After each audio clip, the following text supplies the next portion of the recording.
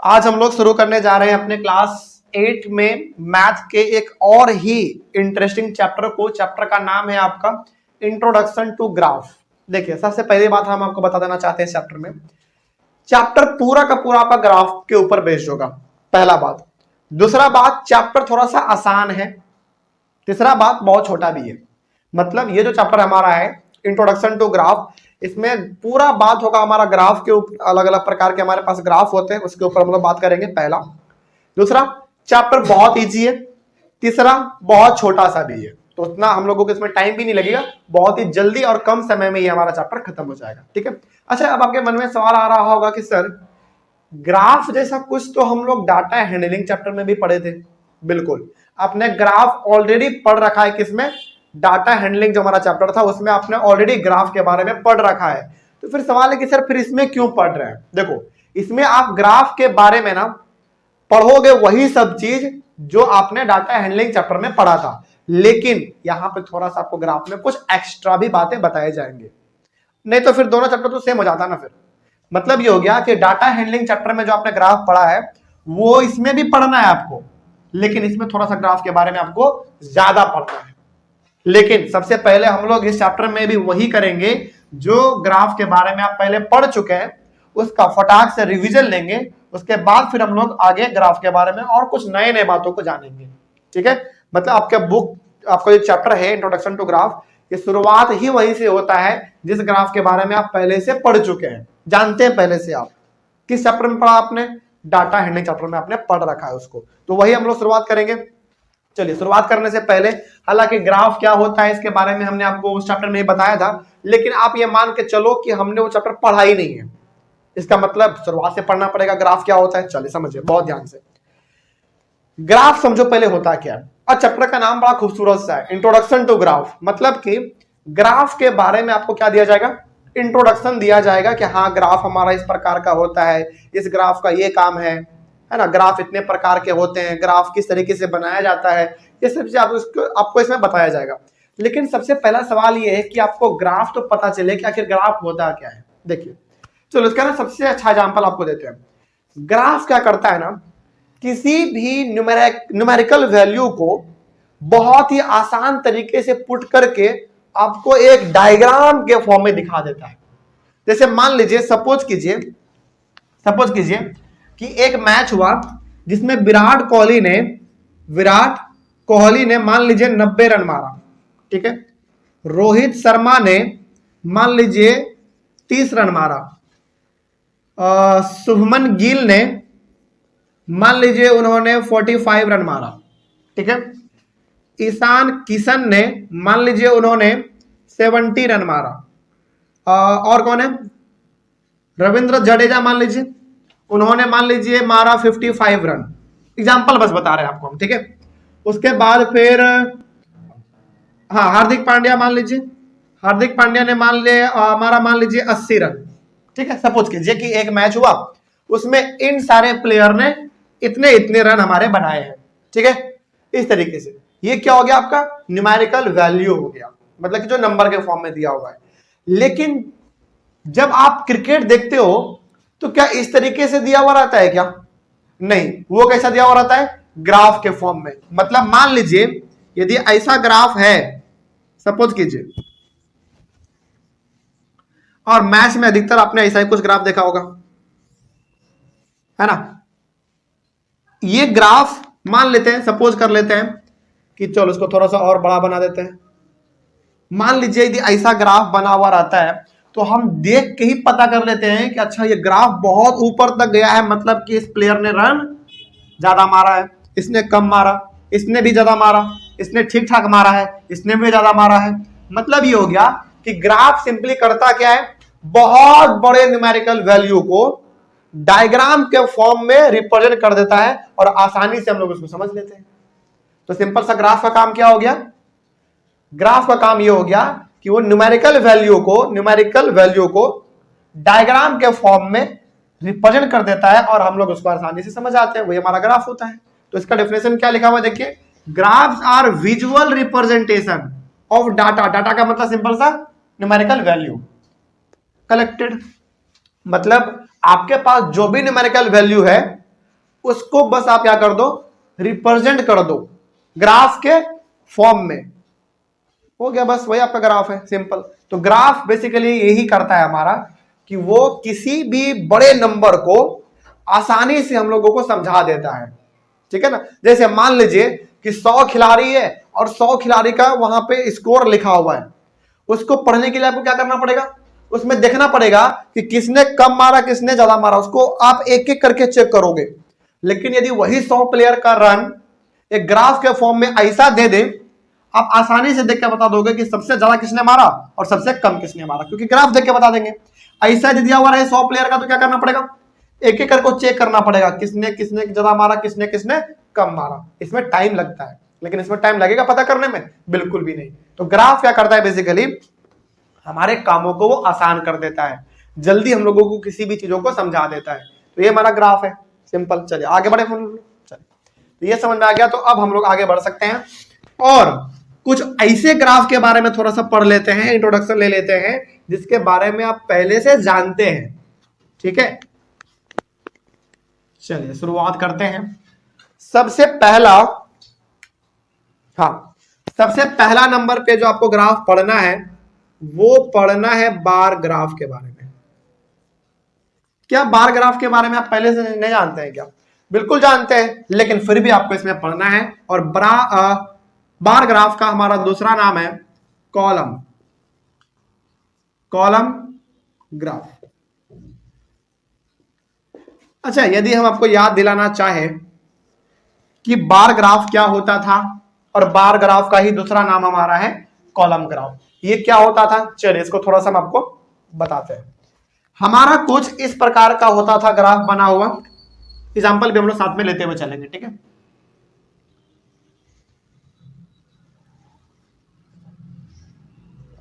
यहां पे x होता था, यहां पे 0 और यहां पे सॉरी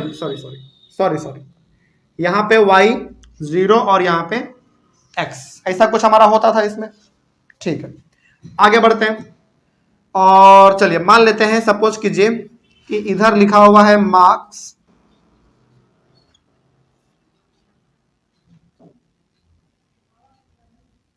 नहीं इधर मार्क्स मत लिखो, एक काम करते हैं मार्क्स हम इधर लिख देते हैं,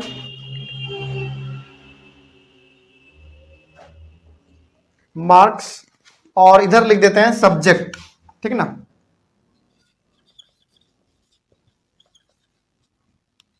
समझाते हैं ये क्या हम लिख रहे हैं, थोड़ा सा समझाते हैं। 10 20 30 40 50 60 70 80 90 100, ठीक है। एग्जाम्पल बस, यहां से यहां पहला मान लो, दूसरा 70 पे आ जाओ, उसके बाद 30 पे आ जाओ, उसके बाद आप चलो 60 पे आ जाओ लगभग, चलो 60 छोड़ो 90 पे आ जाओ,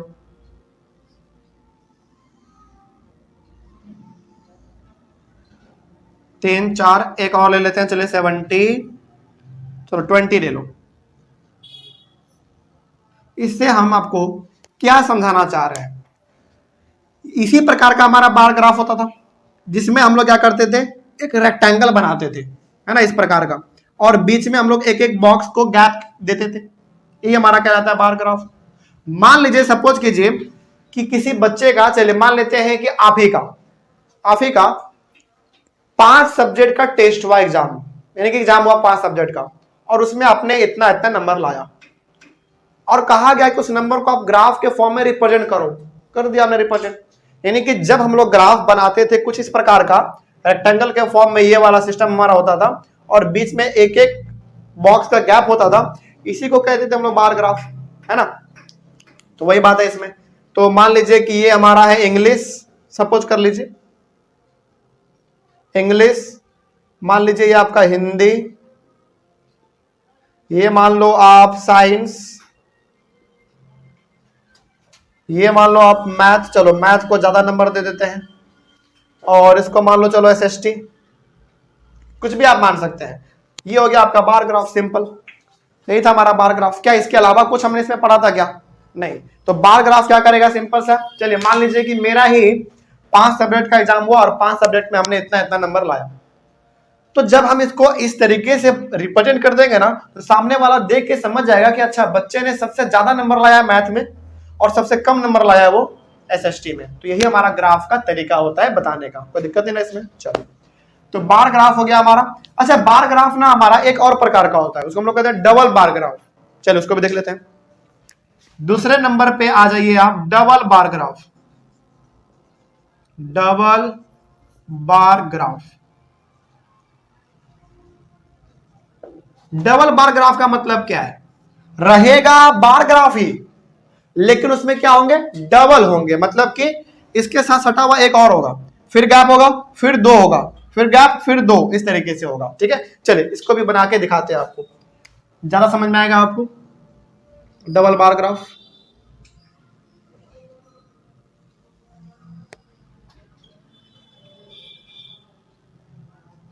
y 0 x, फिर से इधर ही हम लोग मार्क्स ले लेते हैं,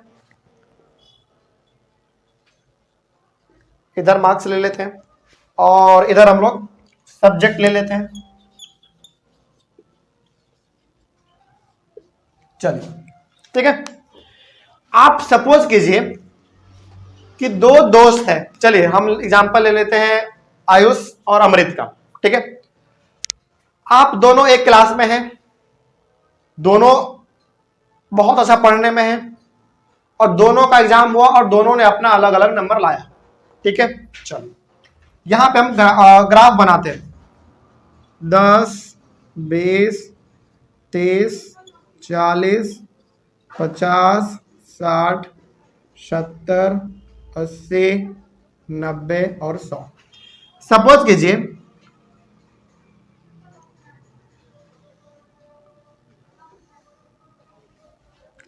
ध्यान से इसको समझेंगे तो आपको आराम से समझ में आ जाएगा।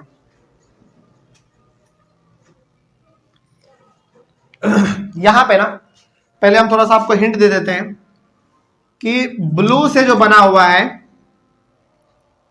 यानी कि ब्लू से जो बना हुआ है वो है आयुष का,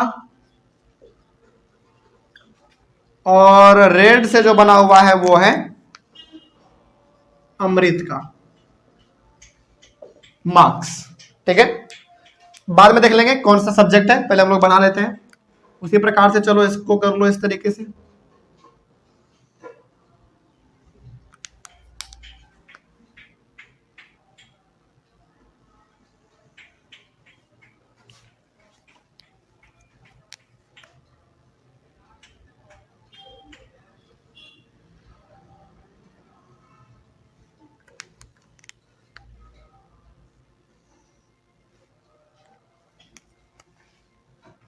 एक और बना लेते हैं।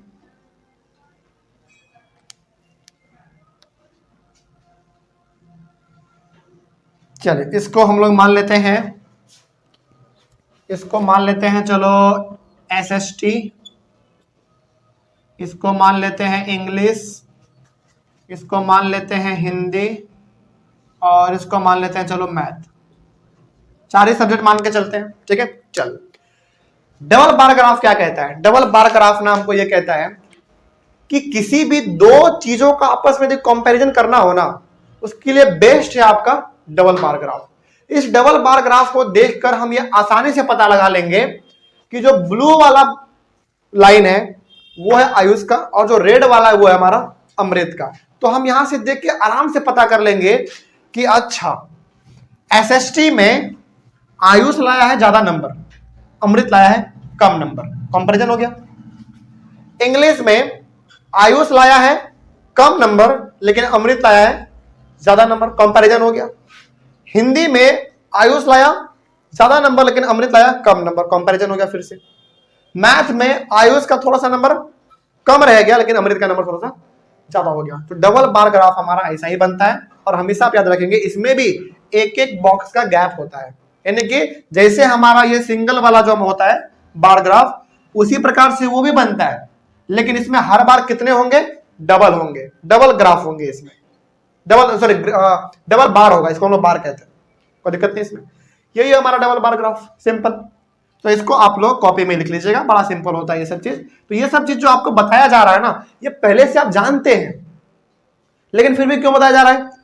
क्योंकि चैप्टर का नाम है आपका इंट्रोडक्शन टू ग्राफ, फिर से आपको पढ़ना पड़ेगा। चलो आगे बढ़े फिर। ऑनलाइन वाले बच्चे इसका आप लोग स्क्रीनशॉट लेके लिखते चलिए। एक दो ग्राफ हमारे पास और है, उसको भी हम लोग यहाँ पे लिख लेंगे।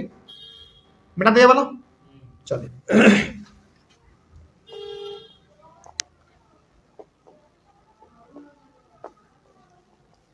तीसरा है हमारा पाई ग्राफ, और उसको हम लोग सर्कल ग्राफ भी कहते हैं, क्योंकि वो सर्कल होता है बिल्कुल गोल वाला।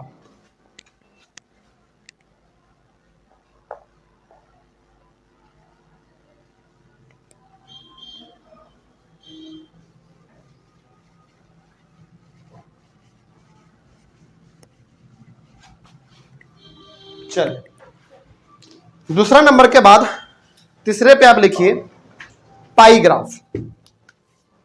चलिए यहां पे हम लिख देते हैं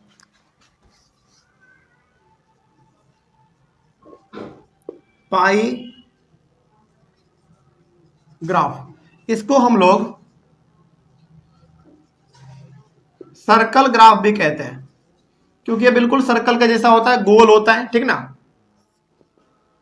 ये कैसा होता है? कुछ ऐसा देखिए, आपके पास एक बिल्कुल सर्कल होगा ऐसा, ठीक है, और इसमें ना कुछ वैल्यू लिखे होंगे, जैसे मान लीजिए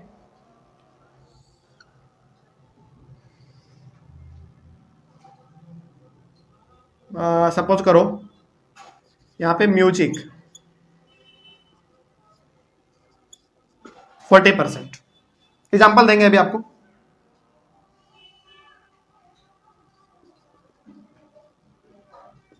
डांस 25%,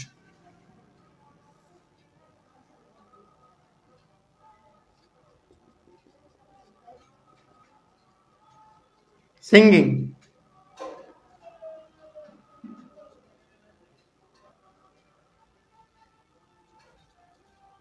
50%, ठीक है। और कितना बच गया? 50 और 4 90 हो गया, 90 और 25 115, 115। चलो इसे नहीं,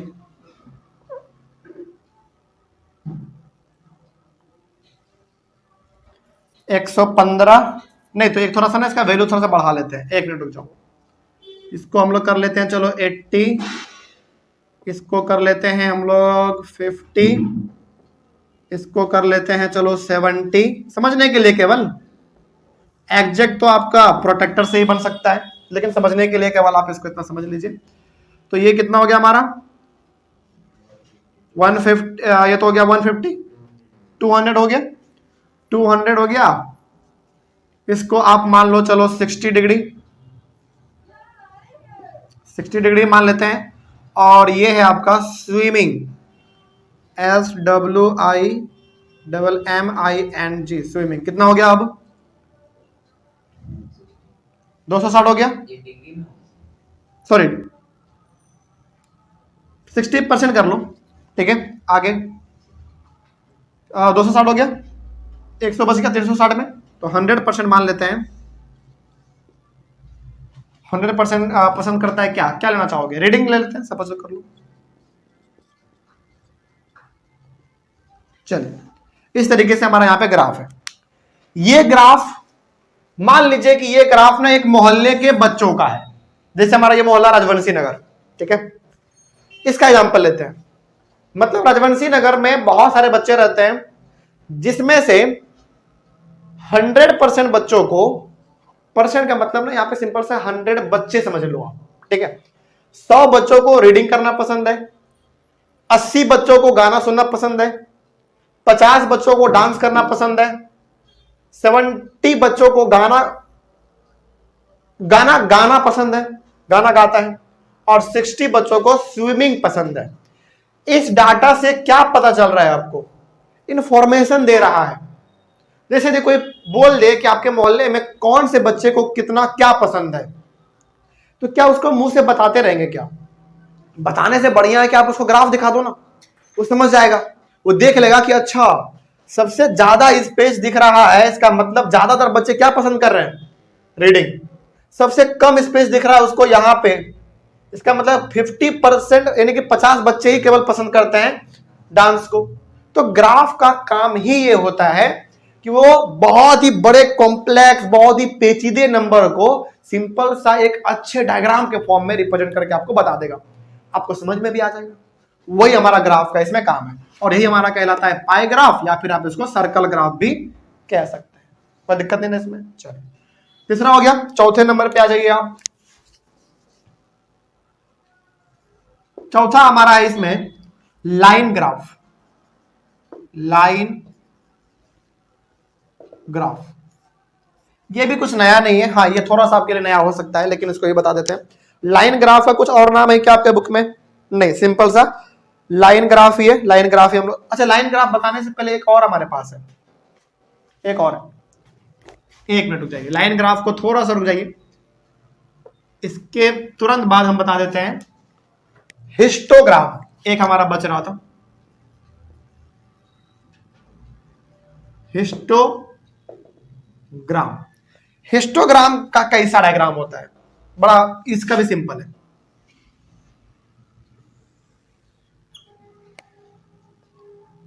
y0x एग्जाम्पल मान लेते हैं। चलो इस बार भी ले लेते हैं वही सब्जेक्ट का। इधर सब्जेक्ट होगा और इधर हमारा मार्क्स होगा। ओके, मार्क्स है 10, 20, 30, 40, 50, 60, 70, 80, 90, 100। चलिए बड़ा सिंपल है ये भी।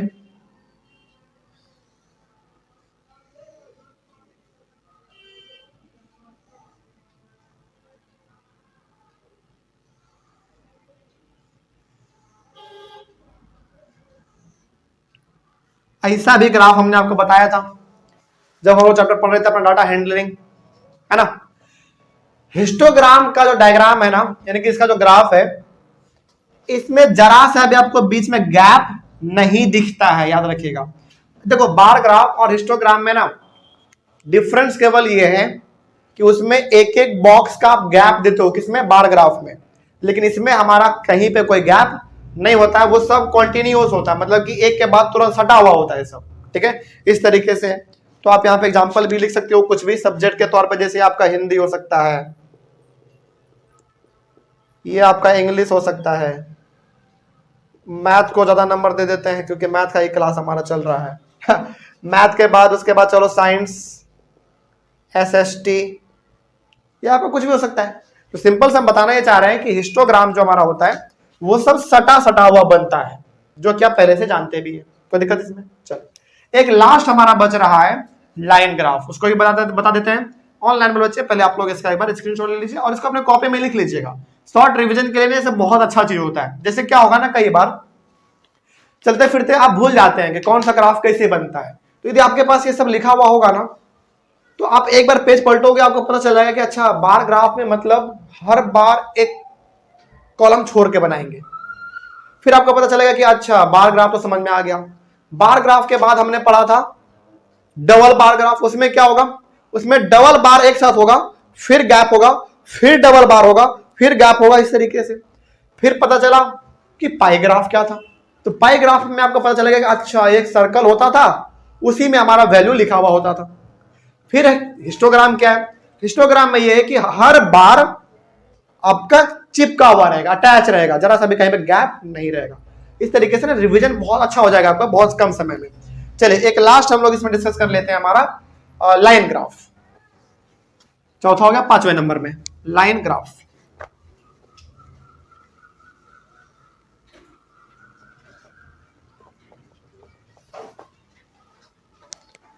लाइन ग्राफ भी बड़ा सिंपल है। 5वें नंबर में आ जाइए, लाइन ग्राफ।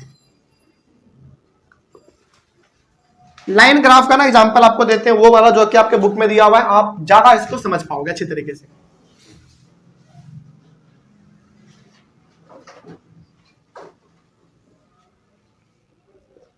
y0 इधर x होता है, इधर मान लीजिए आपका टाइम है और इधर आपका टेम्परेचर है।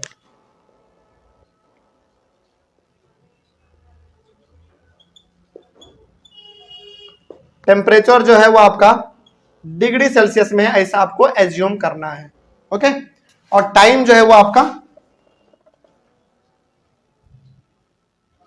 टाइम जो है, चलो टाइम हम यहां पे ना यहीं पे सिंपल लिख देंगे, ठीक है। तो चलिए मान लेते हैं यहां पे हमारा है 7 AM, यहां पे है 9 AM, यहां पे है 11 AM, यहां पे है 1 AM, यानी कि दोपहर का ये 1 बज चुका है, ठीक है।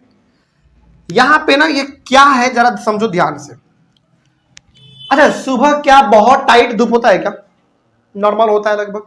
तो यहां पे भी कुछ नंबरिंग कर लेते हैं हम लोग, जैसे मान लेते हैं, चलो बस एग्जांपल के तौर पे दे रहे हैं आपको, ठीक है, ज्यादा कुछ समझना नहीं है, बस एग्जांपल।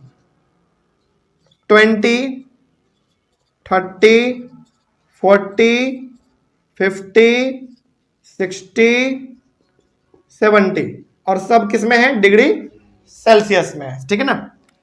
मान लीजिए, सपोज कीजिए कि सुबह के 7 बजे जो टेम्परेचर था ना, वो मान लेते हैं कितना था?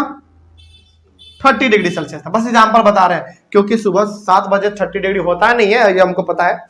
लगभग कितना होता होगा? कम ही 20-25 के आसपास रहता है, लेकिन हाँ फिर एग्जांपल के तौर पे बस, ठीक है। आगे बढ़ते हैं, समय और बिता। 9 बजे टेम्परेचर हो गया, चलो 9 बजे टेम्परेचर हो गया, मान लेते हैं 50 डिग्री सेल्सियस हो गया 9 बजे, ठीक है।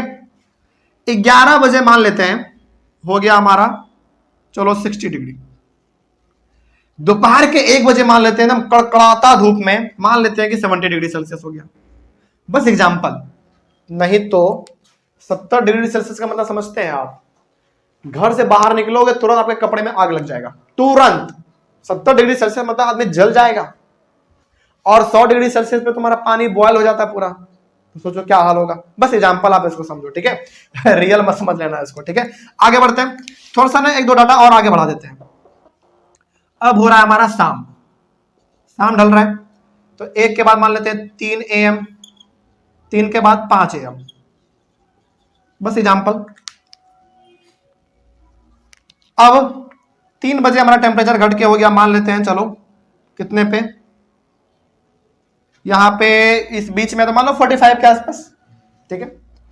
5 बजे और घट के हो गया, मान लो चलो 20, मान लो कुछ भी मान लो, बस आपको ये पता है कि हाँ जैसे जैसे सुबह से दोपहर की ओर जाएंगे टेम्परेचर बढ़ेगा, और दोपहर से शाम की ओर आएंगे तो टेम्परेचर घटेगा, सिंपल सा। बस आप ये इसको एज्यूम करके चलो, ठीक है। अब ये जो आपका है ना, ये लाइन ग्राफ आपका तैयार है। बस आपको इसमें करना क्या है, इन सभी को एक लाइन से आपको मैच कर देना है, बस। और ये हो गया आपका लाइन ग्राफ, बस यही कहलाता है आपका लाइन ग्राफ। जरूरी नहीं है कि वो ऐसा ही बने, कई बार दोपहर में भी टेम्परेचर घट जाता है ना, कई बार शाम में टेम्परेचर अचानक बढ़ भी जाता है ना। तो ऐसा लेकिन मतलब ये हो गया कि जो बिंदी बिंदी आप देख रहे हैं, इन सबको जब हम एक लाइन से मिला देते हैं तो वही हमारा कहलाता है लाइन ग्राफ। ट्रेडिंग मार्केट में जो लाइन दिखाते हैं, हाँ वैसा है कुछ नहीं, वो तो अलग है। हाँ लेकिन उसमें भी आप ऐसा देखे होंगे, वही चीज है। चलिए, तो इस प्रकार का जो आपको ग्राफ दिख रहा है, और एक्चुअली में लाइन ग्राफ का हकीकत जो होता है ना, वो कुछ ऐसा होगा। हालांकि इतना समझाने के लिए काफी है, लेकिन वो कुछ ऐसा होता है।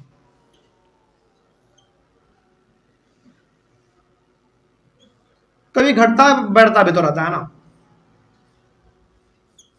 इस तरीके से। यानी कि हर जगह पे क्या होगा, आपका एक पॉइंट होगा, और इन पॉइंट को आप मिला दो तो यही बन गया आपका एक लाइन ग्राफ, सिंपल। बस लेकिन समझने के लिए क्या ये समझ में आ गया आपको? तो लाइन ग्राफ हमारा बेसिकली पॉइंट को मिला दो, वही हो गया आपका लाइन ग्राफ, बस यही होता है। तो अभी फिलहाल आपको आज के क्लास में यानी कि इंट्रोडक्शन के क्लास में आपको 5 अलग अलग प्रकार के पांच अलग अलग प्रकार के ग्राफ के बारे में आपको पढ़ना था। क्या समझ में आ गया? चलिए, इस तरीके से हमारा जो इंट्रोडक्शन टू ग्राफ चैप्टर है वो शुरू हो चुका है, खत्म नहीं हुआ अभी केवल शुरुआत हुआ है। और 5 अलग अलग ग्राफ के बारे में आज हम लोगों ने इंट्रोडक्शन लिया और समझा भी हम लोगों ने। तो अगले वाले क्लास में हम लोग अपने चैप्टर को और आगे बढ़ाएंगे, कुछ और भी हमारे पास नए नए चीजें हैं इस चैप्टर में, उसको भी हम लोग डिस्कस करेंगे। तब तक के लिए thank you very much and have a nice day. पिछले वाले क्लास में यानी कि कल हम लोगों ने अपना चैप्टर इंट्रोडक्शन टू ग्राफ शुरू किया था और 5 प्रकार के ग्राफ के बारे में हम लोगों ने पढ़ा था, है ना। आज हमारे पास एक ग्राफ का और टाइप है जिसका नाम है लीनियर ग्राफ, ठीक है। अब ये लीनियर ग्राफ क्या है ये भी हम लोग आज बहुत ही डिटेल में समझेंगे और इससे रिलेटेड हम लोग 10-12 क्वेश्चन भी सॉल्व करेंगे। लेकिन सॉल्व करने से पहले आपको ये समझना पड़ेगा कि लीनियर ग्राफ होता क्या है। जैसे कल हम लोगों ने बार ग्राफ देखा, बार ग्राफ क्या होते हैं हम लोग समझ चुके हैं, डबल बार ग्राफ भी समझ चुके हैं, पाई ग्राफ भी समझ चुके हैं और लाइन ग्राफ भी समझ चुके हैं, हिस्टोग्राम भी समझ चुके हैं। सब प्रकार का ग्राफ जो हम लोगों ने कल पढ़ा था वो हम लोग समझ चुके हैं, ठीक है। लेकिन आज आप ये समझो कि लीनियर ग्राफ क्या होता है, ठीक है। लीनियर ग्राफ समझने से पहले ना आपको कुछ चीजें हैं जो कि समझना पड़ेगा और उसमें से बहुत सारी चीजें ऐसे होंगे जो कि आप पहले से जानते होंगे। तो थोड़ा सा हम लोग पहले वो जान लेते हैं, फिर बताएंगे कि लीनियर ग्राफ क्या होता है और फिर उससे रिलेटेड ये सवाल हम लोग सॉल्व कर लेंगे, ठीक है। तो लीनियर ग्राफ समझने से पहले कुछ चीजें आपको बेसिक चीजें हैं जो कि आपको समझना पड़ेगा, समझ लेते हैं पहले उसको। चलिए शुरुआत करते हैं, बहुत ध्यान से देखिएगा, बहुत आसान भी ये चीजें, ठीक है। देखिए बहुत सिंपल, लीनियर ग्राफ क्या होता है वो हम समझाने जा रहे हैं। आप यहां पे बनाओगे पहले एक ग्राफ का पेपर, ठीक है। चलो ये थोड़ा सा टेढ़ा लग रहा है,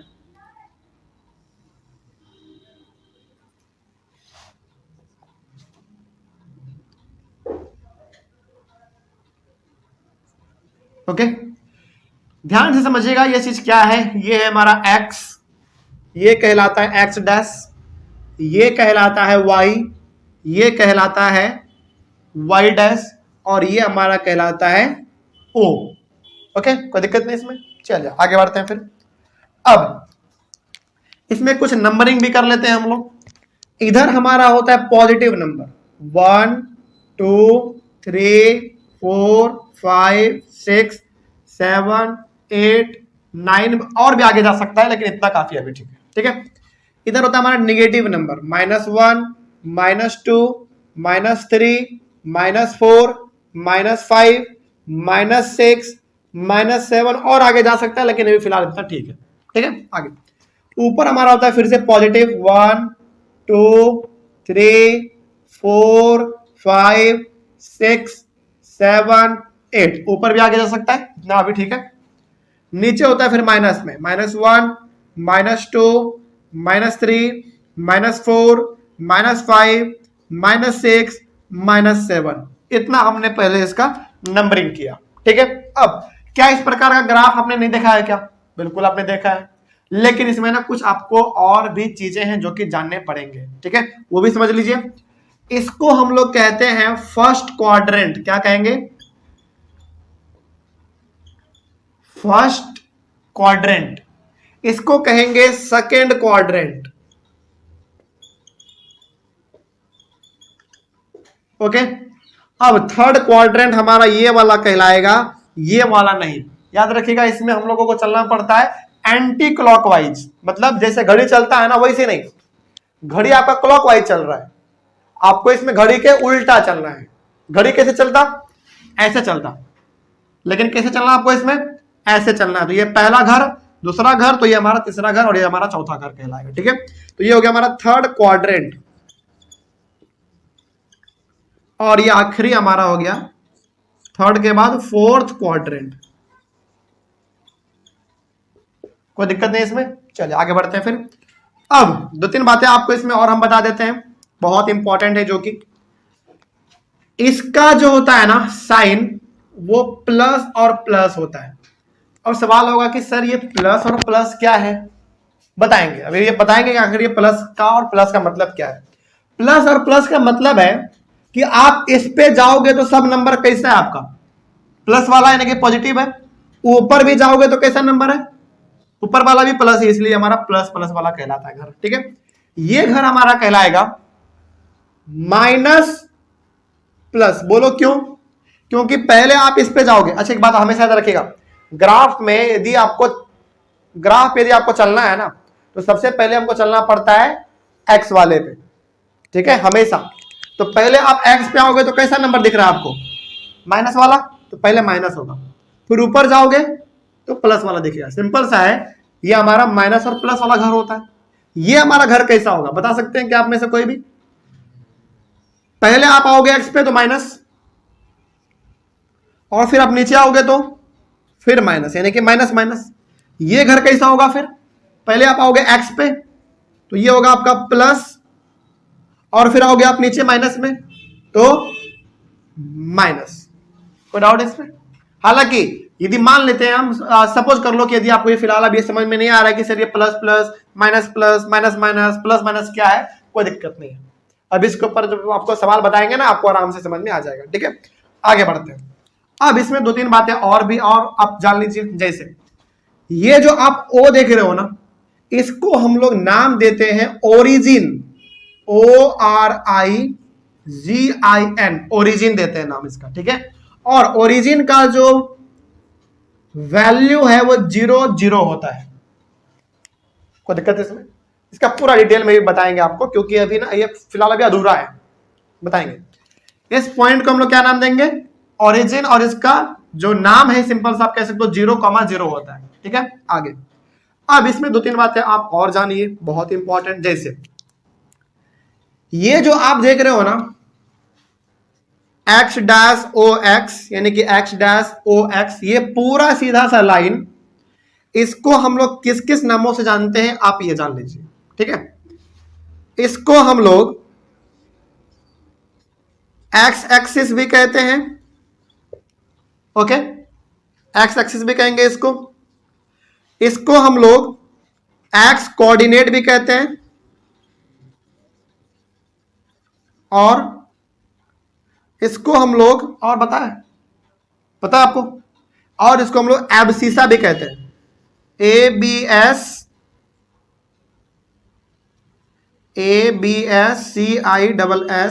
एब्सिसा। मतलब ये जो आपको एक सीधा सा लाइन दिख रहा है, इसको हम लोग तीन नामों से जानते हैं।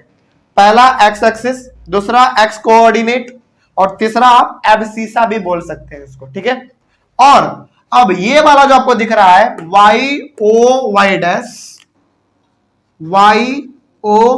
डैश, इसको भी हम लोग तीन नाम से जानते हैं। वो कौन कौन सा नाम है देखिए। इसको पहला तो y एक्सिस ही कहेंगे, दूसरा हम लोग इसको y कोऑर्डिनेट,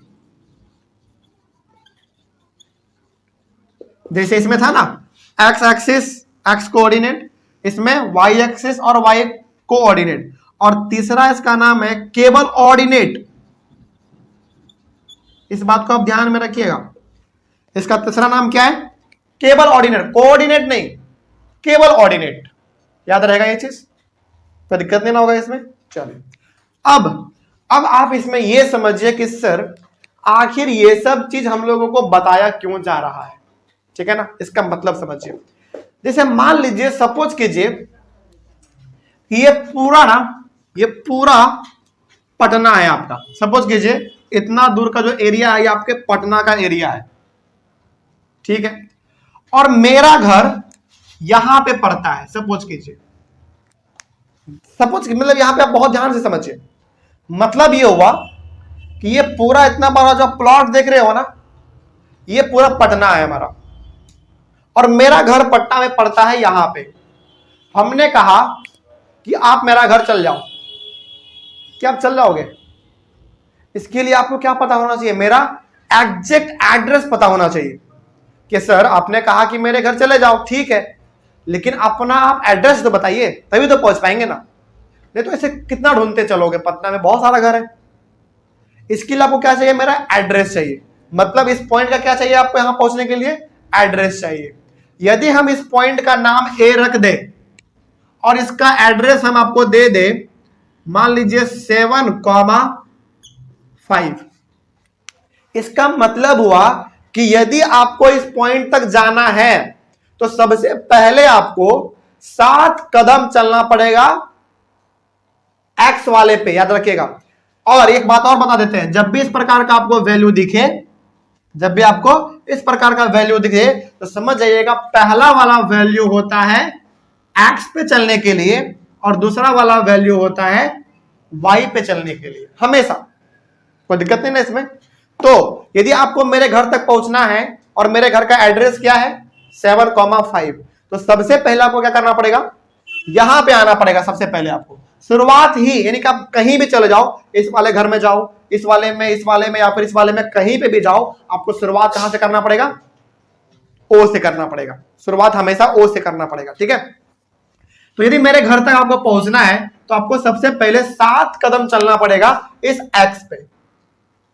कोई दिक्कत इसमें? अच्छा, फिर सवाल है कि सर अब इस इधर ही क्यों चले, इधर भी जा सकते हैं ना। लेकिन आप इसमें यह भी तो देखो, एक्स का वैल्यू पॉजिटिव है या नेगेटिव, पॉजिटिव है, तो किधर चलना पड़ेगा आपको, 7 कदम इधर चलना पड़ेगा। दूसरा, मेरे घर तक फिर पहुंचने के लिए आपको 5 कदम वाई पे चलना पड़ेगा, यानी कि 7 कदम आप यहां पे आ गए, 5 कदम आप ऊपर चले जाओ, यानी कि इसके अकॉर्डिंग यहां पे आप जाओगे तो यहां पे आपको मेरा घर मिल जाएगा। मतलब 7 कदम पहले इधर और फिर यहीं से 5 कदम ऊपर जाओगे तो आपको ये पॉइंट ए मिल जाएगा, तो मेरा घर आपको पता चल गया। कोई दिक्कत इसमें? तो ये वाला जो ग्राफ का सिस्टम है ना, ये बेसिकली हम लोगों को ना पॉइंट को लोकेट करने के लिए पढ़ाया जाता है कि कोई भी पॉइंट रखा हुआ है, बताओ उस पॉइंट का एड्रेस क्या है। तो अब बताइए इस पॉइंट का एड्रेस क्या है, 7,5। सिंपल, मतलब 7 स्टेप आप एक्स पे जाओ और 5 स्टेप आप वाई पे चले जाओ, आप इस पॉइंट पे पहुंच जाओगे। सिंपल, यही मतलब होता है इतने कुछ को पढ़ाने का। अच्छा, अब आइए आप इस ओरिजिन वाले पे, अब आपको समझ में आ जाएगा। इसका वैल्यू ये हमारा पहला वाला x के लिए होगा, दूसरा वाला y के लिए, और x और y दोनों का वैल्यू 0 है। इसका मतलब हो गया कि ना ही आपको x पे जाना है और ना ही आपको y पे जाना है, आपको चुपचाप यहीं पे बैठ जाना है। क्या ये वाला पॉइंट किसी के अंदर आ रहा है क्या, x के अंदर भी नहीं आ रहा है, y के अंदर भी नहीं आ रहा है, ये बिल्कुल सेंट्रल पॉइंट है, इसीलिए इसका वैल्यू कुछ नहीं है, 0 है। सिंपल, कोई दिक्कत नहीं इसमें। तो ये अब आपको मेरे हिसाब से पता चल गया होगा कि ये सब चीज हम लोग क्यों पढ़ते हैं। कोई दिक्कत नहीं ना इसमें। अच्छा, इधर हम लोग गए पहला एक्स पे तो पॉजिटिव है, वाई पे भी गए तो पॉजिटिव है, इसीलिए इसके घर का नाम क्या है, पॉजिटिव।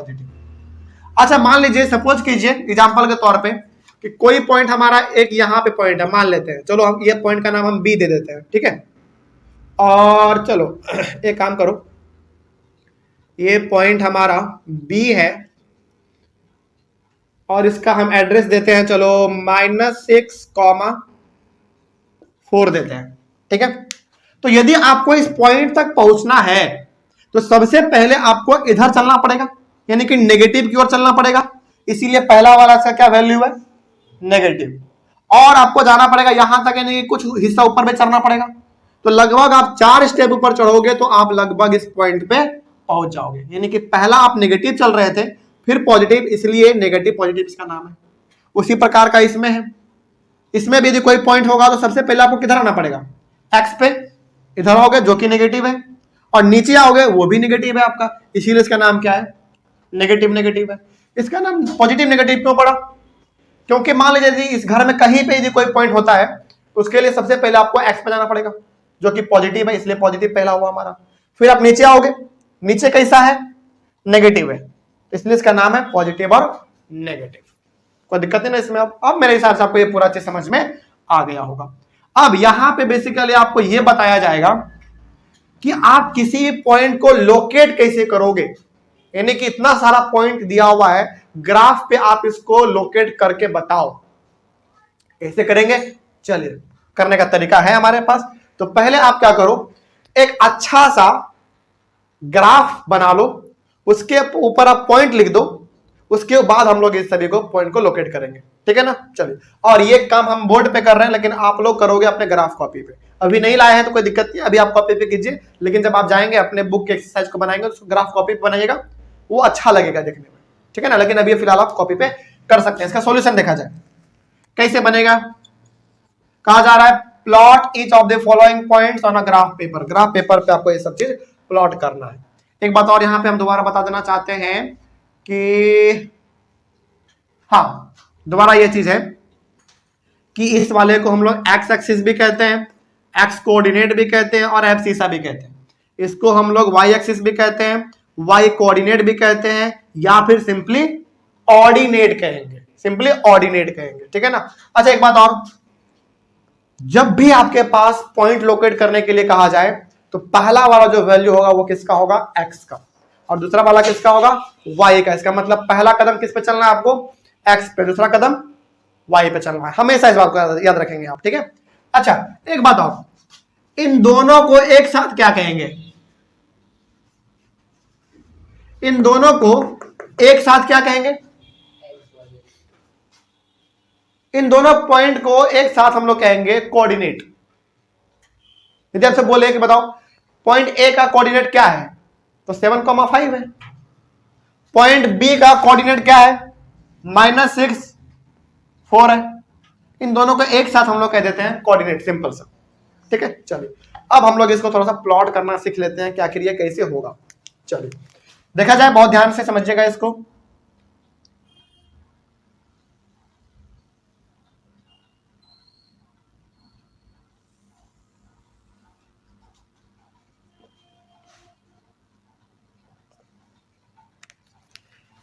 ये है y, ये o, ये होता है y डैश, ये x डैश और ये x। इसमें तो कोई दिक्कत नहीं। अब चलिए कुछ नंबर लिख लेते हैं हम लोग पहले ही। जैसे ये हमारा पॉजिटिव होता है तो 1 2 3 4 5 6 7, और भी हो सकता है लेकिन इतना काफी है। इधर भी पॉजिटिव होता है 1 2 3 4 5 6। इधर नेगेटिव वाला -1 -2 -3 -4 -5 -6। इधर भी वही चीज -1 -2 -2 -3 -4 -5 -6। ओके चलिए अब बहुत ध्यान से देखिएगा क्योंकि ये हमारा चीज बहुत इंपॉर्टेंट है। सबसे पहला ए लोकेट करना आपको, पॉइंट 4 और 3 है। तो बताइए पहला 4 है मतलब एक्स पे कितना कदम चलो, 4 कदम। तो 1 2 3 4 कदम चल गए। अब 3 मतलब वाई पे जाना है, कितना कदम, 3 कदम। तो यहां से आप देखो 1 2 3, तो लगभग कहां पे आएगा, इसके सीधे और इसके ऊपर, यानी कि 4 के ऊपर और 3 यहां पे लगभग हमारा आएगा। थोड़ा सा यहां पर उल्टा पुल्टा हो सकता है, ऊपर नीचे थोड़ा सा, लेकिन आपके ग्राफ में बिल्कुल सटीक बनेगा, ठीक है ना, सही बनेगा। तो ये हमारा हो गया पॉइंट ए, और इसका नाम लिख दीजिएगा 4,3। बस इससे पता ये चलेगा कि अच्छा पॉइंट ए का जो एड्रेस है वो है 4 और 3। ऐसे ही करना है, सिंपल, इसी तरीके से सब करना है। चलिए बी को करके देखते हैं कितना है, 2 और 6। 2 यानी कि पहले एक्स पे जाइए आप जो कि पॉजिटिव में है, तो 2 स्टेप जाइए, 1 2, ठीक है। और फिर कितना, 6, वाई पे कितना जाना है, 6। तो चले जाओ कितना, लगभग सबसे ऊपर 2 के सीधा बिल्कुल यहां पे 6 है, तो ये हो गया हमारा बी हो गया। इसका नाम भी लिख दीजिए 2,6। कोई दिक्कत नहीं ना इसमें। चलो आगे बढ़ते हैं। फिर उसके बाद सी नंबर देख लेते हैं। अच्छा एक बात और बता देते हैं, लीनियर ग्राफ का मतलब होता क्या है। जैसे 2 पॉइंट आपने यहां पे लिखा ना, इन दोनों पॉइंट को, अच्छा एक मिनट, ए यहां पे लिख देते हैं, ठीक ना। 2 पॉइंट हमारे पास हुआ। अब जब इन दोनों पॉइंट को हम एक सिंगल लाइन से मिला देंगे ना, यही हमारा कहलाता है लीनियर ग्राफ। लीनियर का मतलब होता है बिल्कुल सीधा, लीनियर का मतलब बिल्कुल सीधा, यही हमारा कहलाता है लीनियर ग्राफ। लीनियर, तो अब मेरे हिसाब से आपको समझ में आ गया होगा कि लीनियर ग्राफ क्या होता है। दो पॉइंट को आप लोकेट कर दो, दोनों पॉइंट को एक सिंगल स्ट्रेट लाइन से मिला दो, वही आपका कहलाएगा लीनियर ग्राफ। सिंपल, ठीक है। चलिए खैर आगे बढ़ते हैं। हर बार आपको नहीं मिलाना है, बस आपको पॉइंट लोकेट कर देना है। बस हमने समझाने के लिए आपको बताया कि हाँ यही हमारा लीनियर ग्राफ होता है। सी क्या है? -3 और 5। -3 है यानी कि एक्स पे आपको जाना है कितना? -3। तो -3 किधर? इधर की हो जाएंगे हम लोग, तो -3 यहां पे आइए आप। फिर कितना? 5। अच्छा 5 कैसा? पॉजिटिव है नेगेटिव? तो कहां जाएंगे? ऊपर जाएंगे। तो पहले आप यहां पे आ जाओ और 5 लगभग यहां पे आ जाओ। तो ये हो गया आपका सी और नाम हो जाएगा इसका -3 और 5। ओके आगे बढ़ते हैं। डी नंबर -5 और 2 यानी कि एक्स पे -5 जाओ तो -5 हम यहां पे आ गए और 2 हमारा पॉजिटिव में यानी कि 1 2 लगभग, इसके सीधे हम लोग यहां पे ले लेंगे। ठीक है, तो ये हमारा हो गया पॉइंट डी जो कि है -5 और 2। ठीक है ना। आगे बढ़ते हैं। बड़ा सिंपल होता है ये सब चीज, जब आप एक बार समझ जाओगे ना तो लोकेट करने में बड़ा अच्छा लगता है। आगे ई नंबर देख लेते हैं। -2 और -3, इसका मतलब एक्स पे भी आपको माइनस में जाना है और वाई में भी आपको माइनस में ही जाना है। तो पहले आप एक्स पे जाओ -2 स्टेप, यहां पे आ गए। फिर वाई पे भी -3, तो नीचे आएंगे ना लगभग यहां पे। -2 पहले यहां पे आ गए हम, 1 और 2, और यहां पे हमारे पास 3, तो लगभग यहां पे सीधे में कौन सा पॉइंट? ई। क्या नाम हो जाएगा इसका? -2, -3। ये वाला है, याद रखिएगा। थोड़ा सा और नीचे कर देते हैं, लगभग यहां पे। ओके आगे एफ वाला देख लो। -5 -3 कहां है?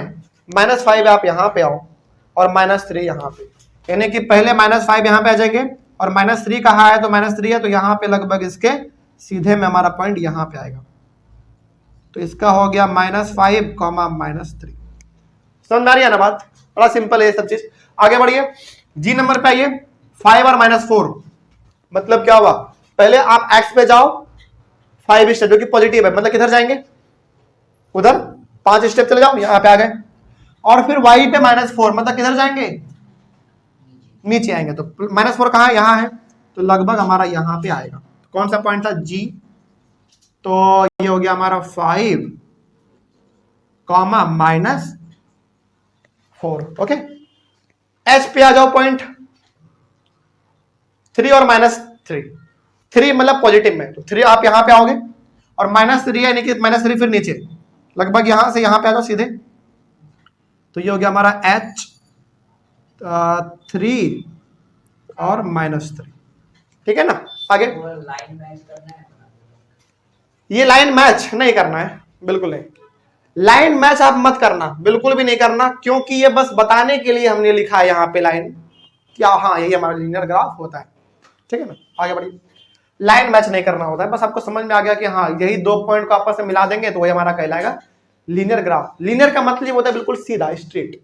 ठीक है। आगे एच हो गया। एच के बाद आई पे आ जाओ, 4 और 0। अच्छा ये इंटरेस्टिंग है। आई 4 यानी कि एक्स पे कितना स्टेप जाओ?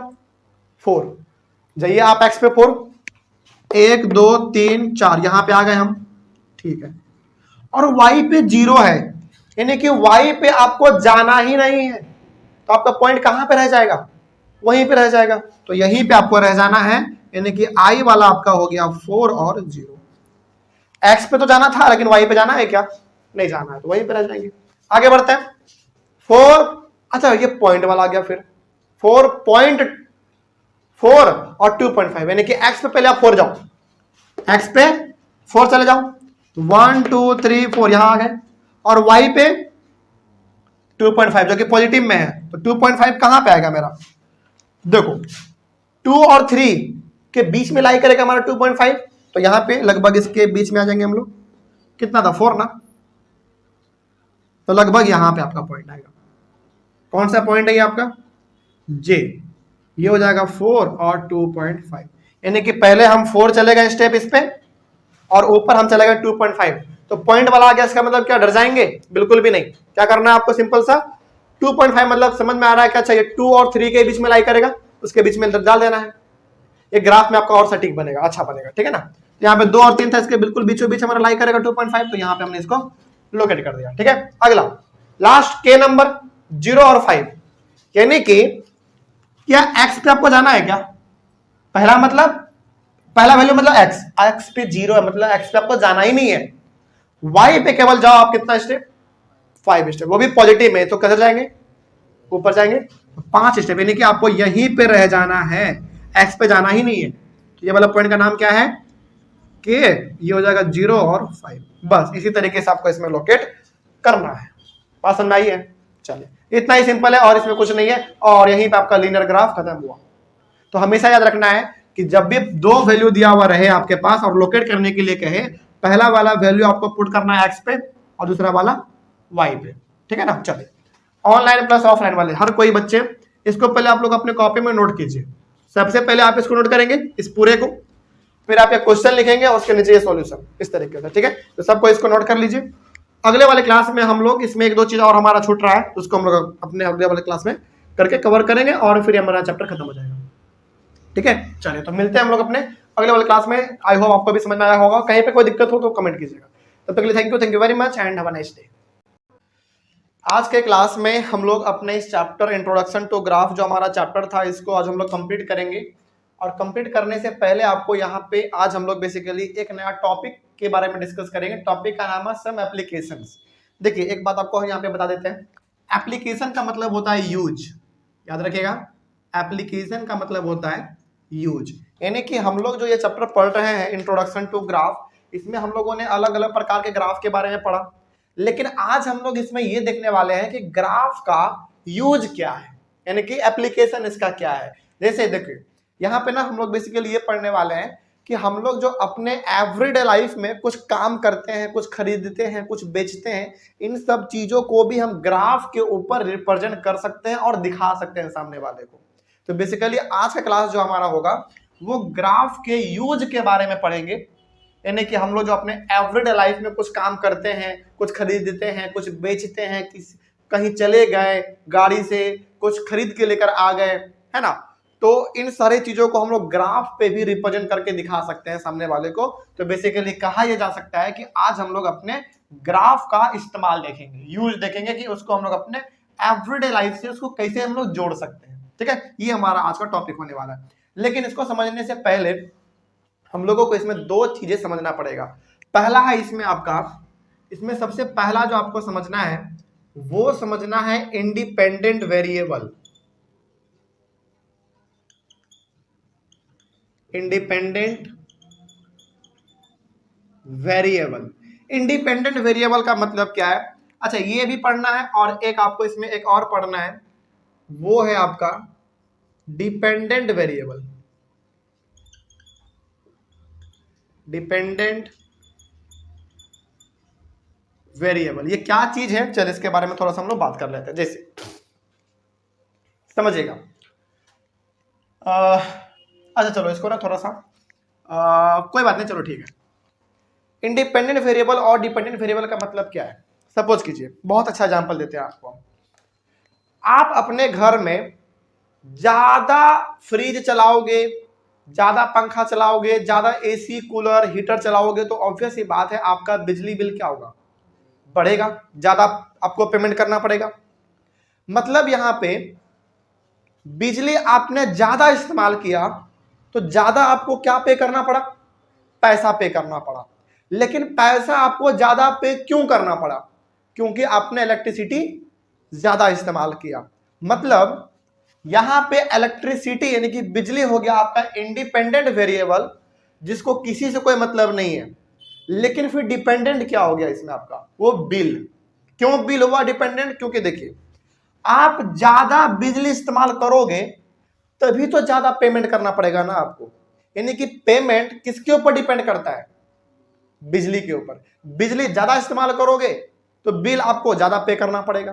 तो यहां पे बिजली हो गया आपका इंडिपेंडेंट वेरिएबल और बिल जो आप पैसा पे करोगे वो हो गया आपका डिपेंडेंट वेरिएबल। बात समझ आ रही है? मतलब ये हो गया, फिर से समझिए इसको। आप ज्यादा बिजली इस्तेमाल करोगे तो आपको पेमेंट ज्यादा करना पड़ेगा। मतलब पेमेंट किसके ऊपर डिपेंड है? बिजली के ऊपर। ऑब्वियस ही बात है, बिजली ज्यादा इस्तेमाल करेंगे तो पेमेंट ज्यादा करना पड़ेगा। मतलब कि आपका पेमेंट यानी कि आपका बिल बिजली के ऊपर डिपेंड कर रहा है। तो क्या बिजली किसी के ऊपर डिपेंड है क्या? बिजली किसी के ऊपर डिपेंड नहीं है, लेकिन बिजली का जो बिल है ना वो डिपेंड करता है किसके ऊपर? बिजली के ऊपर। मतलब ज्यादा बिजली इस्तेमाल करोगे तो आपको ज्यादा बिल देना पड़ेगा, यानी कि ये बिल किसके ऊपर डिपेंड किया? बिजली के ऊपर। तो इसका मतलब ये हो गया कि आपका जो बिजली है यानी कि जो आपका इलेक्ट्रिसिटी है वो इंडिपेंडेंट वेरिएबल है, उसको किसी से कोई मतलब नहीं है, वो तो अपना चलता रहेगा, जितना आप उसको इस्तेमाल करोगे वो उतना खर्च होगा, इसको कोई किसी से मतलब है। लेकिन इसको मतलब है बिजली से, कि बिजली ज्यादा इस्तेमाल होगा तो पेमेंट ज्यादा करना पड़ेगा। कोई दिक्कत इसमें? तो यहां पे एग्जांपल हम आपको बता देते हैं, जैसे इसमें आपका इलेक्ट्रिसिटी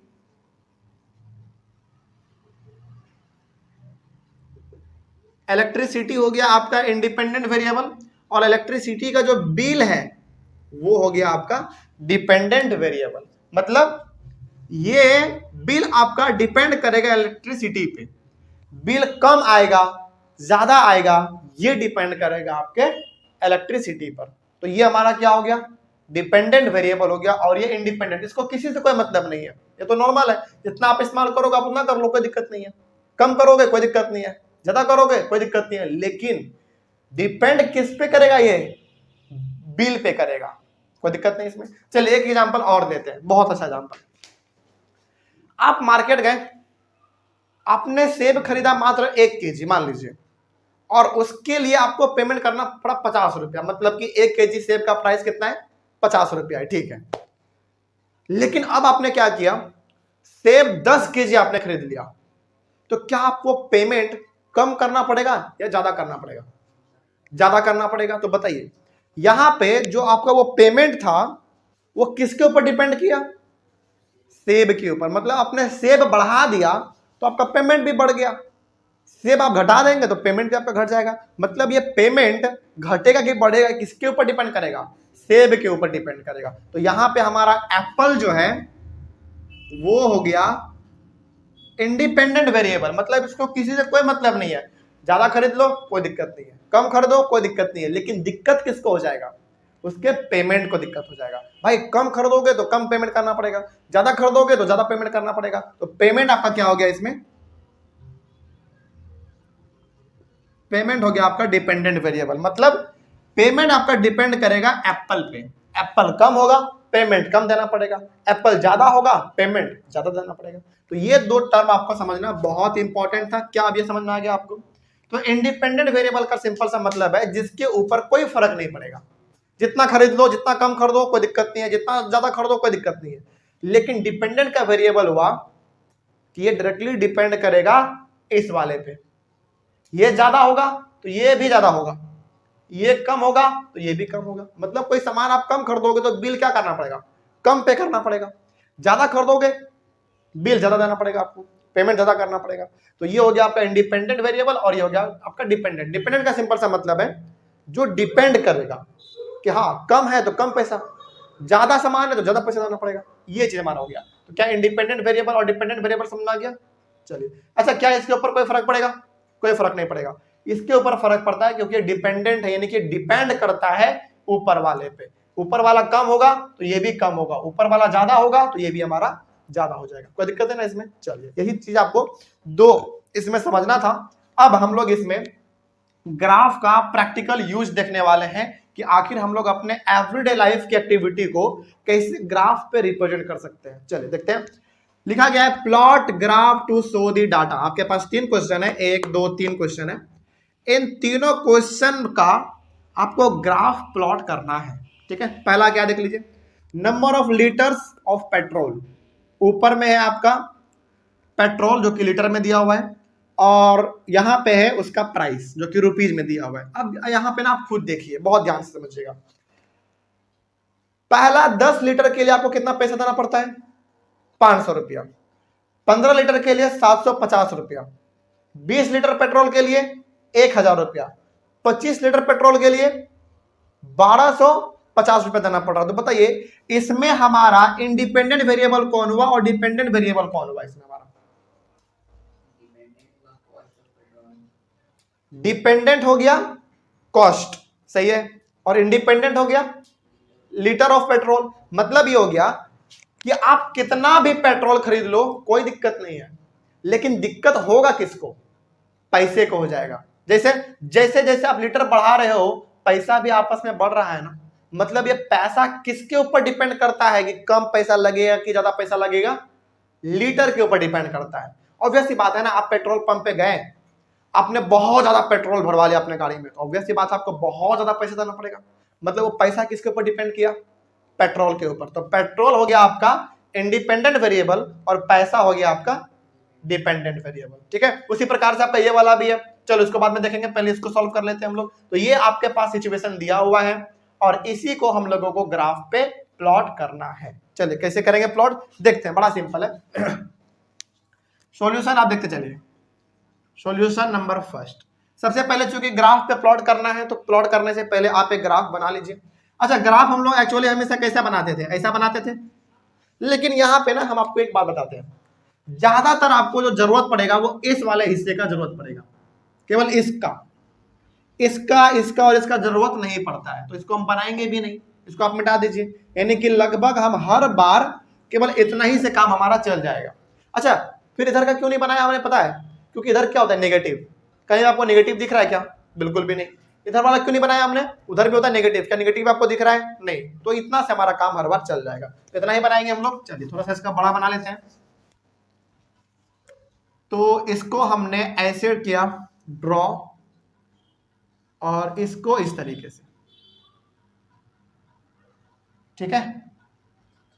चलिए, आपको पता है ये हमारा y होता था, ये 0 और ये होता था हमारा x, ठीक है ना। चलिए अब यहां पे देखो ध्यान से, आपके पास है number of litres of petrol, इसको आप x वाले पे रख लो, और cost of petrol in rupees इसको आप रख लो y एक्सिस पे, ठीक है। तो यहां पे आप लिख दो नंबर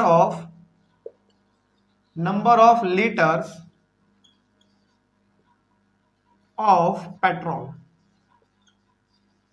यानी कि इधर आप शो करने वाले हो लीटर्स ऑफ पेट्रोल, यानी कि कितना लीटर आपके पास पेट्रोल है, ठीक है।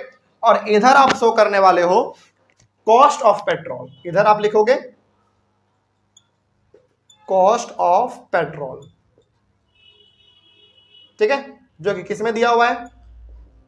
नहीं, रुपीज में दिया हुआ है, ठीक है। चलिए अब यहां पे डाटा कैसे लिखेंगे उसके लिए भी थोड़ा सा आपको सोचना पड़ेगा। जैसे देखिए, लीटर ऑफ पेट्रोल सिंपली कितना है? 10, 15, 20, 25 इतना है। तो आप कितने का बना सकते हो? एक बॉक्स कितना आप मान लोगे? 5 मान के चल लेते हैं, हमारा काम बन जाएगा, ठीक है। चलिए आप यहां पे काम करना, डायरेक्टली इस्तेमाल हमारा शुरू कहां से हुआ है? 10 से। तो आप यहां पे 10 से शुरू करना, 10, 15, 20, 25 बस। अच्छा, फिर सवाल है कि सर हमने शुरुआत किया 10 से, इसका मतलब 0 से लेकर 10 के बीच में गैप हो गया कितने का? 10 का, और यहां के बाद इस सभी में गैप कितने का हो गया? 5 का। ये गलत चीज है, यहां पे आपको एक काम करना पड़ता है। अच्छा एक बात बताइए, क्या हमको यहां से लेकर यहां तक का कोई काम है क्या? मैंने कि 0 से लेकर 10 तक का कोई काम है? कोई काम नहीं है हमको, क्योंकि वो शुरुआत ही कहां से हो रहा है? 10 से हो रहा है। तो यहाँ पे हमको इसका कोई काम नहीं होता है, इसलिए हम यहाँ पे इसको ड्रॉ करते हैं जिग जैक लाइन से। इसका मतलब समझिएगा, जब भी ये बना हुआ हो इसका मतलब समझिएगा ये हमारे किसी काम का नहीं है। हमारा मेन काम कहां से शुरुआत हो रहा है? 10 से हो रहा है। नहीं बात समझ?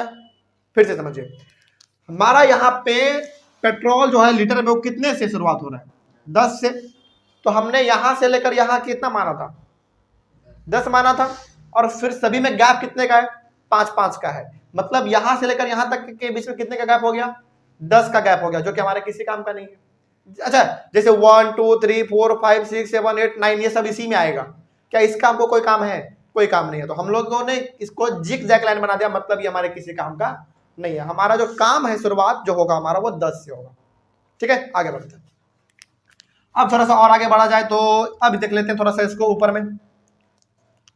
अब इसको देखिए, 500 है, 550 है, सॉरी 750 है, 1000 है, और फिर आपका 1250 है, ठीक है। चलिए हमको लग रहा है इसमें हमको गैप ले लेना चाहिए 500 का गैप ले लेते हैं, ठीक है ना। देखिएगा बहुत ध्यान से, तो यहां से लेकर यहां तक हम मान लेते हैं 500, फिर 1000, फिर 1500 और फिर 2000।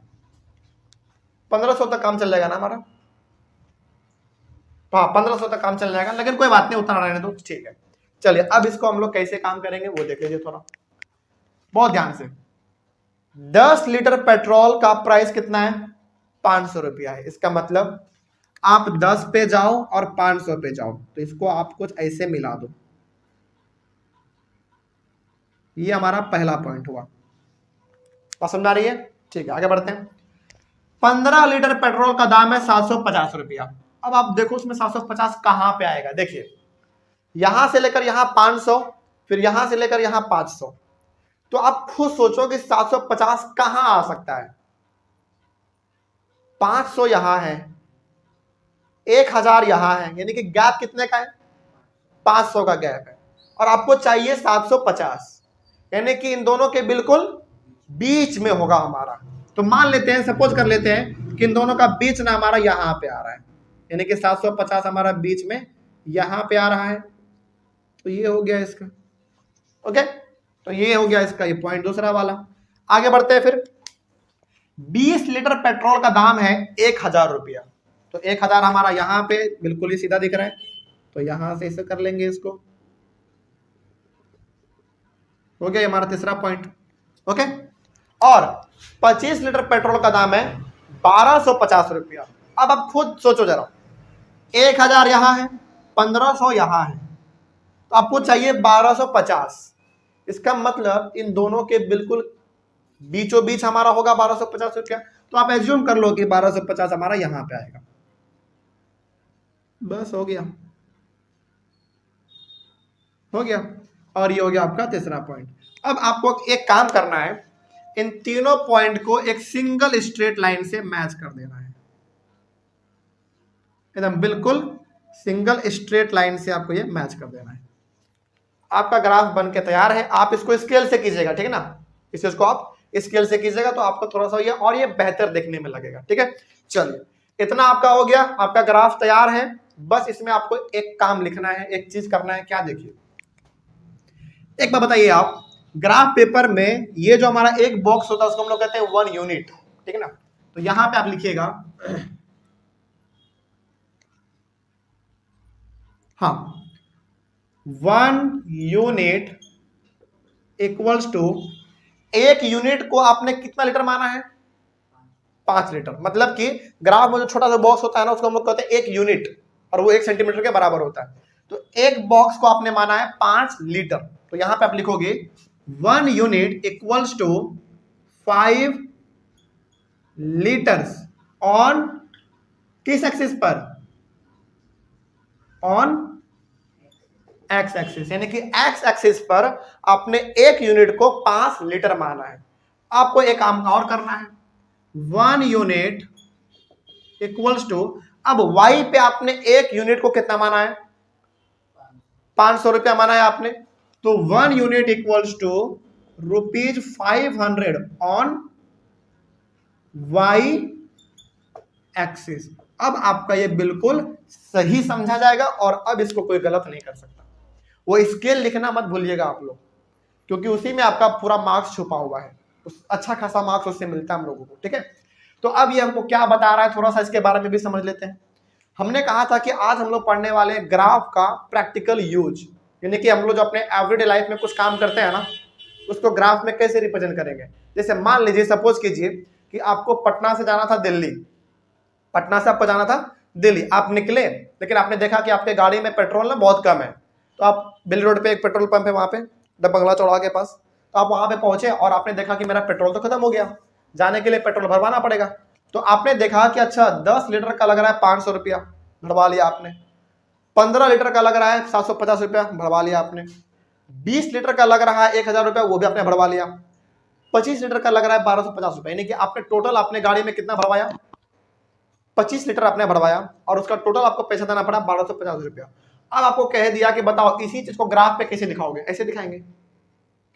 तो यही चीज हमारा है कि हम लोग जो अपने एवरीडे लाइफ में कुछ काम करते हैं ना, उसको हम लोग ग्राफ पे भी शो कर सकते हैं। इसका अच्छा एग्जांपल यहाँ पे हमने बना दिया। अब इसमें कोई दिक्कत है तो आप लोग पूछ लीजिए। बात समझ आ रही है आपको? तो यही हमारा है एप्लीकेशन, यानी कि यूज है हमारा ग्राफ का। आगे बढ़े फिर हम लोग। चलिए नेक्स्ट सवाल पे आते हैं। ये भी इसी प्रकार से बनेगा और ये वाला भी हमारा इसी प्रकार का बनेगा। चलिए नेक्स्ट सवाल पे आते हैं। हाँ ऑनलाइन में बच्चे इसका जल्दी से आप लोग स्क्रीनशॉट लेते चलिए और अपने से इसको लिखते चलिए, ठीक है। तो हर सवाल में एक इंडिपेंडेंट वेरिएबल होगा तो एक डिपेंडेंट वेरिएबल होगा। इस वाले सवाल में हमारा जो पेट्रोल था वो इंडिपेंडेंट वेरिएबल है, जिसको किसी से कोई मतलब नहीं है। आप कितना भी गाड़ी में पेट्रोल भरवा लो कोई दिक्कत नहीं है, लेकिन फर्क किसको पड़ेगा? पैसा को फर्क पड़ेगा। तो पैसा हमारा क्या हो गया? डिपेंडेंट हो गया, क्योंकि वो डिपेंड करेगा पेट्रोल पे। पेट्रोल ज्यादा तो पैसा ज्यादा, पेट्रोल कम तो पैसा कम लगेगा, ठीक है। चलिए खैर आगे बढ़ते हैं, उसको मिटा दें, बन जाएगा वो वाला, ठीक। तो सॉल्यूशन नंबर 2 देखा जाए फिर।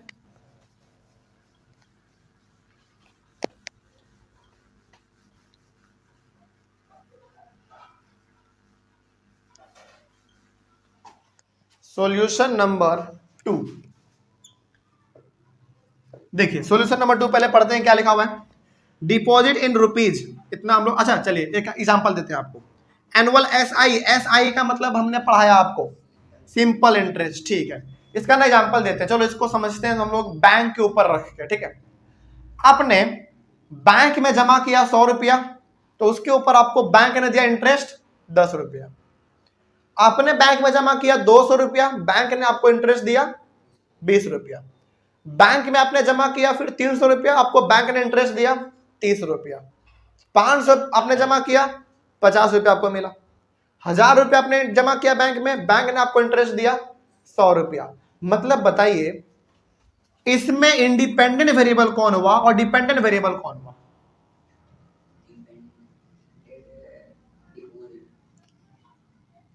नहीं फिर से बताइए। देखो इसमें इंडिपेंडेंट वेरिएबल हुआ हमारा ये, हाँ बहुत अच्छा बताया आपने। डिपॉजिट जो है ना आपका वो इंडिपेंडेंट है, लेकिन डिपेंडेंट है आपका इसमें इंटरेस्ट। पता है क्यों? क्योंकि देखिए आप जितना ज्यादा पैसा जमा करोगे उसी के हिसाब से आपको इंटरेस्ट मिलेगा। यानी कि इंटरेस्ट मिलेगा डिपेंड करेगा किस पे? डिपॉजिट पे करेगा। मतलब आप जितना डिपॉजिट करोगे उतना आपको पैसा मिलेगा। यानी कि आपका इंटरेस्ट कितना मिलेगा ये डिपेंड करता है कि आपने पैसा कितना जमा किया था। ऑब्वियस सी बात है ना, पैसा ज्यादा जमा करेंगे इंटरेस्ट ज्यादा मिलेगा। यानी कि इंटरेस्ट किसके ऊपर डिपेंड किया? पैसे के ऊपर, यानी कि डिपॉजिट के ऊपर डिपेंड किया। तो ऊपर वाला जो हमारा डिपॉजिट है ये इंडिपेंडेंट वेरिएबल है, जिसको किसी से कोई मतलब नहीं है, कितना भी जमा कर दो। लेकिन उसके ऊपर जो हमारा इंटरेस्ट मिलेगा वो हमारा ये कहलाएगा ना, यानी कि ये कितना मिलेगा। सिंपल सा ऐसे समझो, बहुत आसान भी है ये। जितना ज्यादा आप पैसा जमा करोगे उतना ही ज्यादा आपको इंटरेस्ट मिलने वाला है। यानी कि इंटरेस्ट डिपेंड करेगा किस पे? डिपॉजिट पे। इंटरेस्ट कम मिल रहा है आपको, इसका मतलब डिपॉजिट कम हुआ है। इंटरेस्ट ज्यादा मिल रहा है आपको, मतलब डिपॉजिट ज्यादा हुआ है। मतलब इंटरेस्ट हमारा डिपेंड कर रहा है डिपॉजिट पे। डिपॉजिट ज्यादा होगा इंटरेस्ट ज्यादा मिलेगा, डिपॉजिट कम होगा तो इंटरेस्ट कम मिलेगा। तो सिंपल, ऊपर वाला हो गया हमारा इंडिपेंडेंट वेरिएबल और नीचे वाला हो गया हमारा डिपेंडेंट वेरिएबल। चलिए इसको बनाते हैं। इसको भी ग्राफ पे प्लॉट करना है तो सिंपल सा है, कर लेते हैं इसको भी।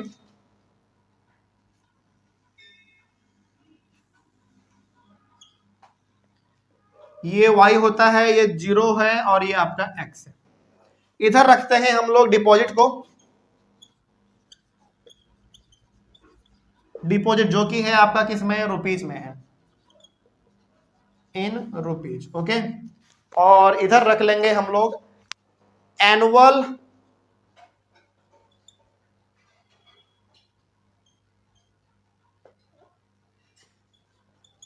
SI को, यानी कि सिंपल इंटरेस्ट को, जो कि वो भी दिया हुआ है रुपीज में, ओके।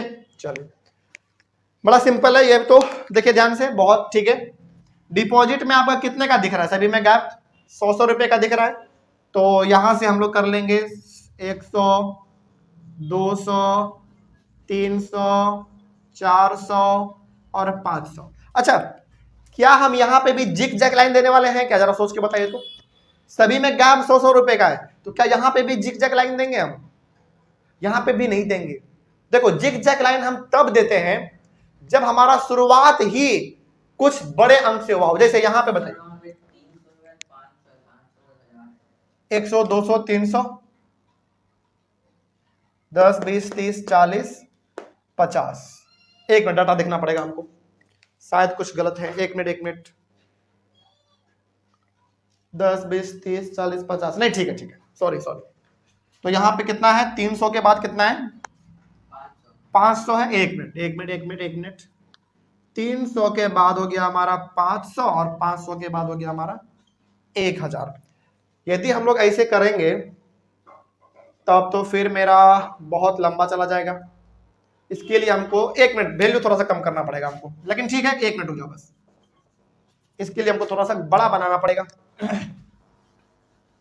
सही है, कोई दिक्कत नहीं है, बस इसके लिए थोड़ा सा हमको ग्राफ ज्यादा बनाना पड़ेगा। हमको लगा कि 100 से लेकर 500 तक है, इसीलिए हमने बिना देखे लाइन ड्रॉ कर दिया।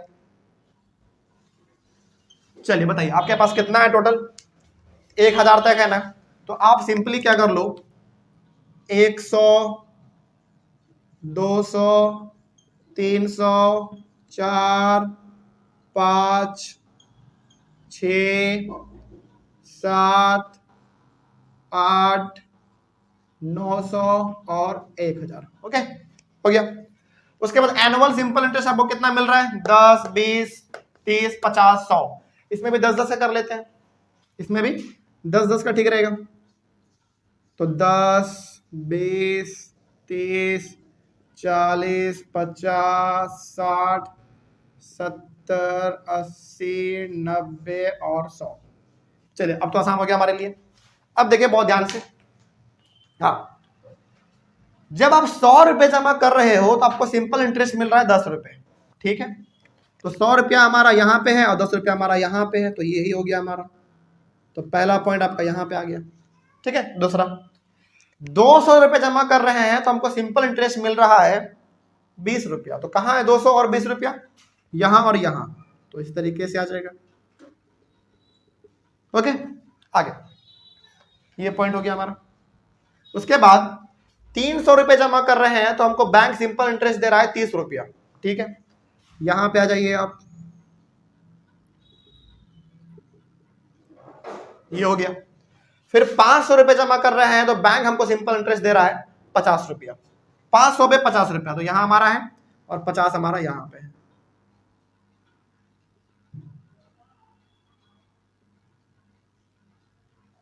ये हो गया। और आगे बढ़ा जाए तो 1000 जमा कर रहे हैं तो हमको मिल रहा है 100 रुपया। तो हमारा 100 यहां है,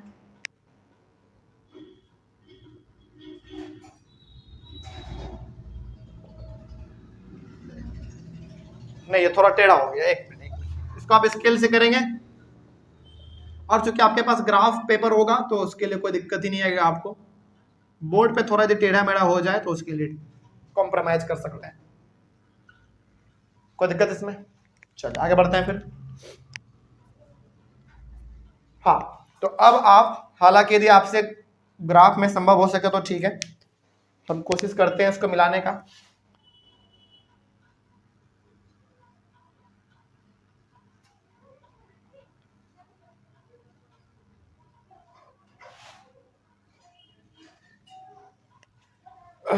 यहां पे थोड़ा देर टेढ़ा दिखे ना तो आपको कॉम्प्रोमाइज कर लीजिएगा, नहीं तो जब आप स्केल से बनाओगे तो आपका बिल्कुल सटीक बनेगा, ठीक है। तो ये हो गया हमारा पूरा स्ट्रेट ग्राफ। और हाँ, स्केल लिखना बिल्कुल मत भूलिए, स्केल आप यहां पे आ जाओ। 1 यूनिट, पहले एक्स का बात करते हैं। तो एक्स एक्सिस पर आपने 1 यूनिट यानी कि एक छोटे से बॉक्स को आपने कितना माना है? 100 रुपए माना आपने। तो 1 unit equals to ₹100 on X axis. उसी प्रकार से वाई पे आपने क्या माना है देख लेते हैं। 1 unit equals to, A B rupees में आपका उस आपने एक छोटे से बॉक्स को 10 रुपया माना है आपने, तो 1 unit equals to ₹10 on Y axis. बस अब आपका ये कंप्लीट हुआ, कोई दिक्कत नहीं ना इसमें। चलिए आगे बढ़ते हैं फिर। इसका जल्दी से आप लोग स्क्रीनशॉट लीजिए और एक होमवर्क आज हम आपको देंगे। होमवर्क है आपका सवाल नंबर 3, इसको आप लोग खुद ट्राई करेंगे। अब मेरे हिसाब से आपको ना एक मोटा मोटी आइडिया मिल गया होगा कि किस तरीके से ग्राफ आपको बनाना है। ठीक है, देखिए थोड़ा सा आपको हिंट दे देते हैं सवाल नंबर 3 के लिए, क्योंकि ये वाला आपके लिए होमवर्क है। ये आपका टाइम दिया हुआ है आवर में 1 घंटा, 2 घंटा, 3 घंटा, 4 घंटा, और यहाँ पे डिस्टेंस दिया हुआ है कि आपने 1 घंटे में कितना कवर किया, 2 घंटे में, 3 घंटे में, 4 घंटे में, ये सब चीज में दिया हुआ है। देखिए 1 घंटा जब अपने, चल मान लीजिए कि आपने 1 घंटा कार चलाया आपने, तो 1 घंटे में आपने 30 किलोमीटर ट्रैवल कर लिया, 2 घंटे में 60 किलोमीटर आपने ट्रैवल किया, 3 घंटे में 90 किलोमीटर, और 4 घंटे में आपने टोटल 120 किलोमीटर ट्रैवल कर लिया आपने। ठीक है, चलिए अब यहां पे आप बताइए कि इसमें इंडिपेंडेंट वेरिएबल कौन हुआ और डिपेंडेंट वेरिएबल हमारा कौन हुआ, फिर से बताइए। टाइम जो है टाइम इंडिपेंडेंट है, ठीक है, और ये हमारा हो गया डिपेंडेंट। बहुत सिंपल भी है ना समझना। देखिए जितना आपके पास मतलब ज्यादा समय के लिए आप गाड़ी चलाओगे तो ऑब्वियस ही बात है आप डिस्टेंस ज्यादा ट्रेवल करोगे। यानी कि आपके पास 3 घंटा आपने गाड़ी चलाया तो 3 घंटे में आप कितना डिस्टेंस ट्रेवल करोगे, 90 किलोमीटर। यानी कि कितना आपने डिस्टेंस ट्रेवल किया ये डिपेंड करेगा किसके ऊपर, टाइम के ऊपर। मतलब ये टाइम तो आपका इंडिपेंडेंट है, आप जितना देर गाड़ी चला लो कोई दिक्कत नहीं है, लेकिन उतने देर में आपने कितना डिस्टेंस ट्रेवल किया यही डिपेंड करेगा ना हमारा। तो मतलब ये हो गया कि आप कितना दूर जाओगे ये डिपेंड करेगा टाइम पे। ज्यादा टाइम आप गाड़ी चलाओगे तो ज्यादा दूर जाओगे आप, ज्यादा टाइम मतलब कम टाइम गाड़ी चलाओगे तो कम दूरी आप ट्रेवल करोगे। तो ये हमारा जो डिस्टेंस है ये डिपेंड कर रहा है टाइम पे। ज्यादा देर के लिए गाड़ी चलाएंगे तो ज्यादा ट्रेवल करेंगे, कम देर के लिए गाड़ी चलाएंगे तो कम ट्रेवल करेंगे। तो डिस्टेंस हमारा डिपेंड कर रहा है टाइम पे। इट मींस टाइम हमारा हो गया इसमें इंडिपेंडेंट वेरिएबल और ये हो गया हमारा इसमें डिपेंडेंट वेरिएबल। तो ये वाला आपको ग्राफ पे उसी तरीके से प्लॉट करना है। तो क्या ये हम आपके ऊपर छोड़ दें? चलो ये वाला हमारा कंप्लीट हुआ। और इसी तरीके से हमारा जो ये चैप्टर था, ये टॉपिक तो कंप्लीट हो ही गया, और ये जो हमारा चैप्टर था इंट्रोडक्शन टू ग्राफ ये भी हमारा पूरी तरीके से कंप्लीट हुआ। अब आपके ऊपर हम छोड़ते हैं, आपके पास जो भी बुक है उससे आप अपने एक्सरसाइज के सवाल को बनाइए। कहीं पे दिक्कत होगा तो आप लोग आके क्लास में पूछेगा और आप लोग एक बार कमेंट कर दीजिएगा। तो हम लोग मिलेंगे अपने अगले वाले क्लास में एक नए चैप्टर के साथ और नेक्स्ट शुरुआत के साथ। तब तक के लिए thank you very much and have a nice day.